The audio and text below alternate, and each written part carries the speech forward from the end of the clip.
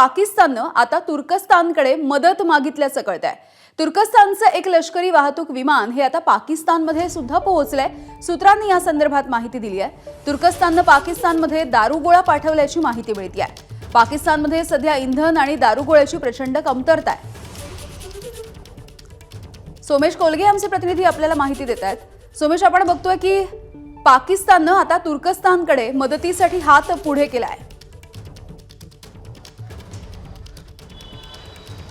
नक्कीच पाकिस्तानला तुर्कस्तानकडून मदत करण्यात येते आणि तुर्कस्तानचे A130 ही विमानं सध्या पाकिस्तानमध्ये पोहोचल्याचं समजतंय आणि या विमानांमध्ये खूप मोठ्या प्रमाणावर गोळा बारूदही पाकिस्तानकडे पाठवण्यात आलेले।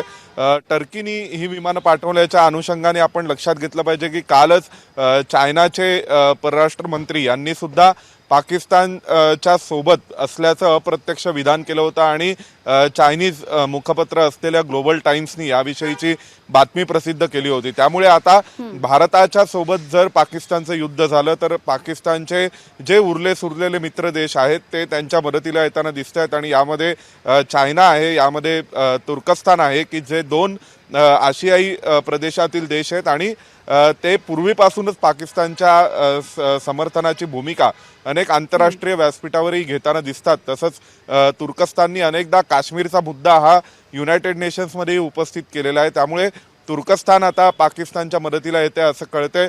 दुसऱ्या बाजूला चायना देखील पाकिस्तानच्या मदतीला येईल अशी शक्यता वर्तवली जाते आणि इथे दिल्लीमध्ये राजनाथ सिंग आणि नरेंद्र मोदी यांची बैठक सुरू झाली आहे 7 लोक कल्याण मार्ग इथे। त्यामुळे भारत जो कोणताही निर्णय घेईल तर त्या निर्णयाच्या नंतर त्यांना मदत करण्यासाठी तुर्कस्तान आणि चायना हे दोन्ही देश पुढे येतील अशी शक्यता वर्तवली जाते। त्यापैकी तुर्कस्ताननी तर पाकिस्तानला मदत पोहोचवल्याचंही कळतंय आणि स्वतःची विमानं ही पाकिस्तानच्या इथे मिलिटरी कार्गो विमानं पाठवली आहेत आणि सोबत लढाऊ विमानं सुद्धा पाठवत आहेत असं कळतंय।